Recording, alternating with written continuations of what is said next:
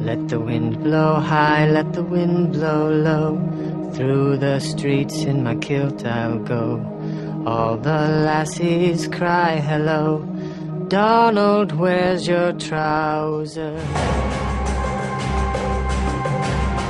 Mystery Quest has undertaken an expedition to Eastern Europe to try to determine whether Adolf Hitler died in 1945 or somehow escaped. This man, a former Nazi bodyguard, insists he saw Hitler and Eva Braun dead in a Berlin bunker. This author believes Hitler faked his death and escaped to Argentina. This scientist is testing the only known physical evidence of Hitler's body.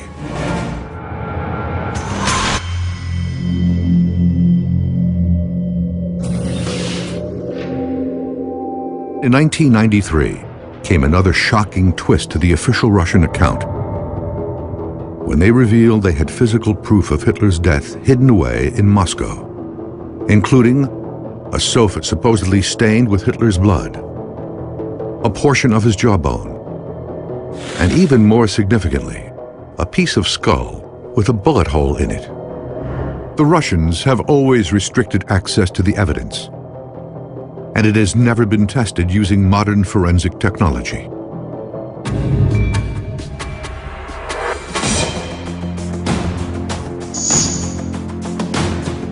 Dr. Nick Bellantoni, the Connecticut state archaeologist, will head the Mystery Quest investigation.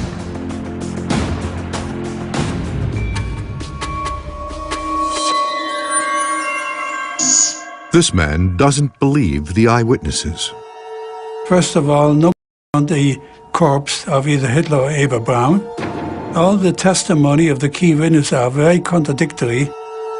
Author H.D. Bauman spent 6 years researching his recent book about Hitler's fate.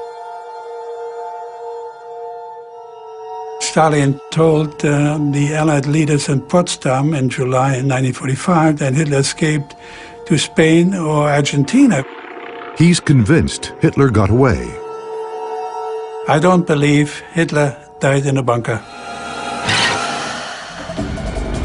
Now, the evidence in Moscow could help prove it.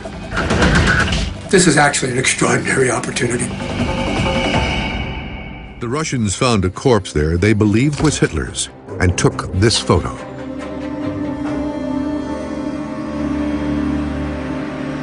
Hitler was like a lot of political leaders. He occasionally made use of a double or a doppelganger. And many think one may have taken his place.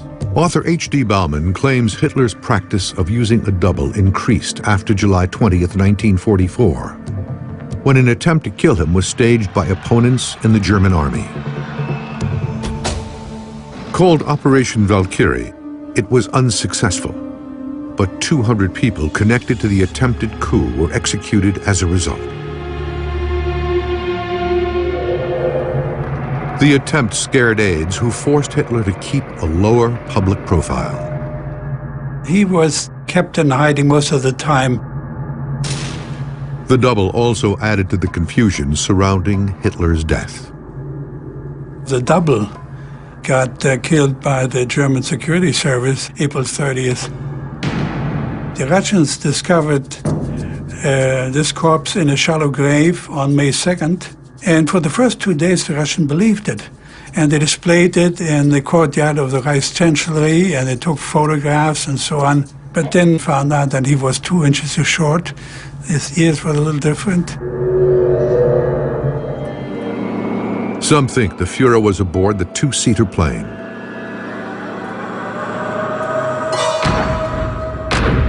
Reich evaded heavy Allied fire and escaped.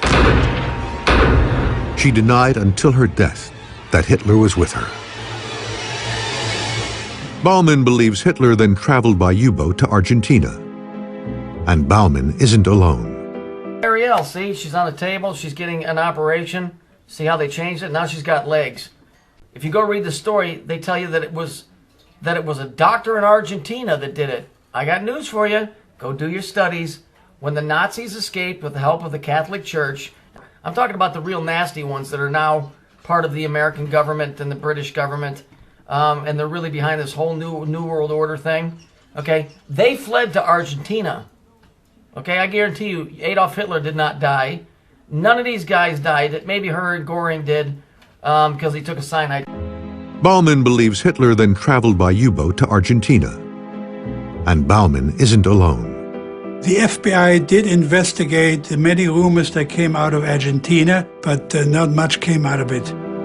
The FBI officially closed the case on Hitler's death in 1956, 11 years after the war ended. Bellantoni next performs a forensic examination of the high-resolution images he took of the skull. He's noticed something. Upon our return from Russia, one of the things we wanted to do was take a look at our photographs that we have, blow them up, and really see if we can really get some good detail on top of the forensic information we achieved there. A few things that are pretty striking here and actually problematic. One thing we had noticed in Russia, and really are highlighted here in these photographs, are the sutures are very open.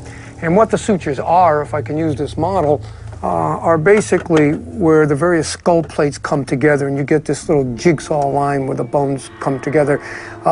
Really what happens basically as you get older, they start obliterating. We know Hitler died at 56 years of age and really quite open for someone of that age bracket. These look very young, like a more someone that's 20 to 40 years old. And there's something even more shocking about this piece of skull. The other thing that we noted also in Russia and see here very much in these photographs is the thinness of the vault plate. It's rather small, and as a result, it's something we would not expect from an adult male. Usually males are more robust. If the police brought us this, we would have thought it was a woman, to be honest with you. If the police brought us this, we would have thought it was a woman, to be honest with you. If the police brought us this, we would have thought it was a woman, to be honest with you. If the police brought us this, we would have thought it was a woman. This could mean that the skull the Russians have held for decades isn't Hitler's at all. The DNA tests on the skull fragments and sofa should prove more definitively whether the skull is Hitler's. Those tests are being conducted at the University of Connecticut Center for Applied Genetics. Director Linda Strasbaugh will oversee the attempt to extract DNA from the samples. It will be difficult due to the age and condition of the samples. The fragments are badly charred, and this is the forensic scientist or historic DNA scientist's worst nightmare. It's one of the biggest challenges for getting DNA from burnt pieces of bone. The pieces are very small, and we just aren't certain how much luck we're going to have in coaxing DNA out of these samples. We'll be taking extreme caution with these samples. We'll be using full forensic procedures to avoid contamination. They begin by soaking the samples overnight in a special chemical solution. If the process is successful, the science team will be one step closer to determining whether the skull and sofa fragments really contain Hitler's DNA.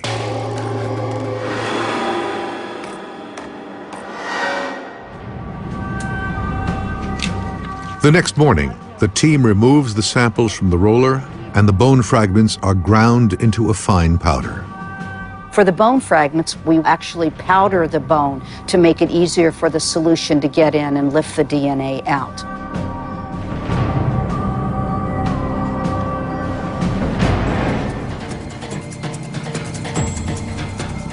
To their surprise, the team succeeds in identifying viable DNA in both the skull and sofa samples. Oh, wow. But we got something. Looks like we actually got something. The bone fragment, I'm really surprised at that. And the swab, goodness. They will now isolate and replicate the DNA through a process called molecular copying.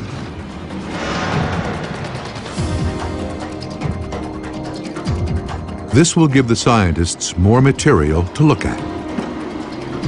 The analysis will potentially call into question all conventional beliefs about Hitler's death.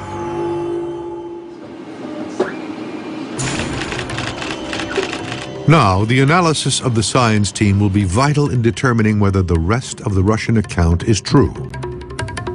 He says the areas where the skull plates come together indicate the skull belongs to someone much younger than Hitler would have been at the time of his death, and may even belong to a female.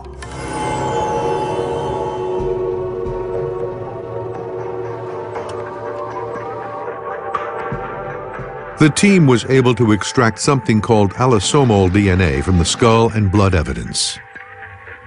This reveals a person's gender. In females, there are 2 sex chromosomes of the X variety. A male has 1 X and 1 Y as his sex chromosomes. The red boxes tell us what the computer says is there. First, the team looks at the DNA results from blood on the sofa. The blood sample contains predominantly male DNA. So the blood on the sofa came from a man. But whether it actually belongs to Hitler can't be proven without a DNA sample from a relative. While Hitler has living relatives in the US, they did not respond to inquiries from Mystery Quest. The team turns to the DNA result from the skull.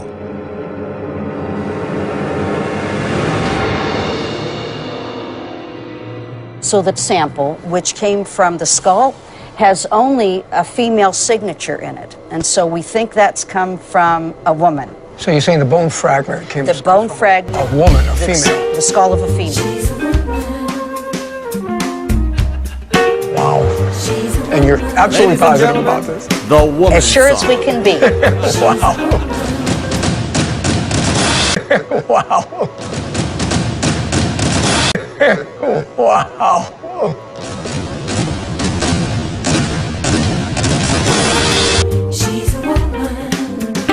I am woman, hear me roar if you don't open my door. I can do anything that a man can do, but I don't have to.